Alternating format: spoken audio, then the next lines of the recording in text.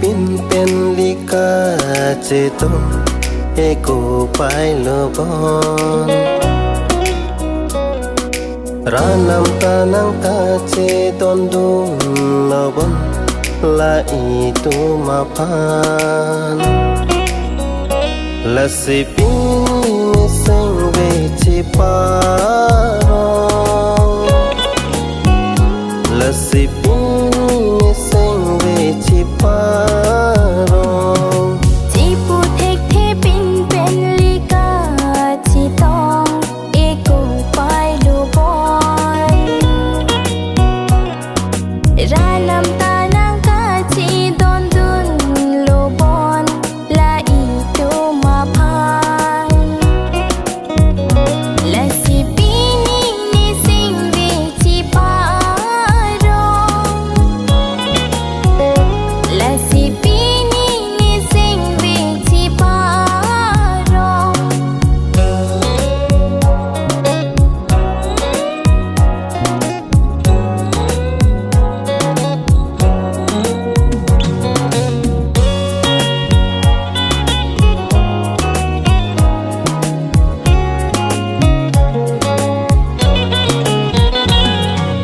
rupa jong hele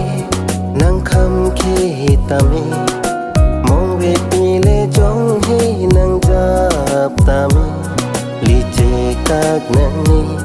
lice o nani itu matang ho pathir klong nang de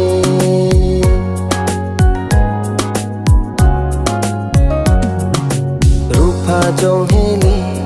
nang kham khi tami mong ve pile jong he nang jap tami lice kak nani lice o nani itu makang ho pathir klong nang de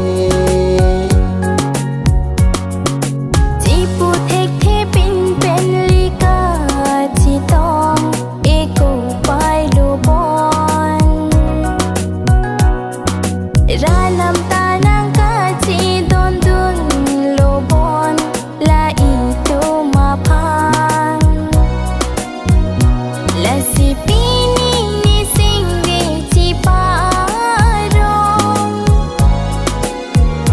la sipini ni sing ve ciparong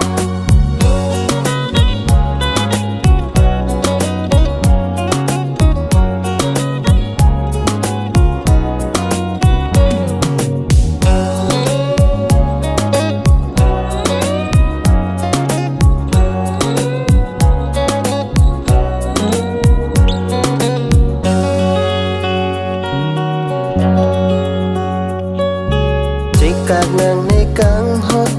nang pene rana me cete nang bitike sengkarong penle som du nang sopir the nang pene kaci tong longke eko pai lo de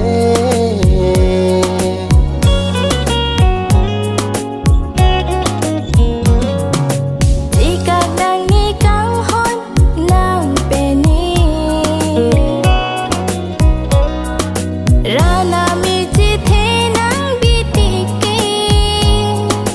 singkarong penli som du nang sopir ke nang penli kaci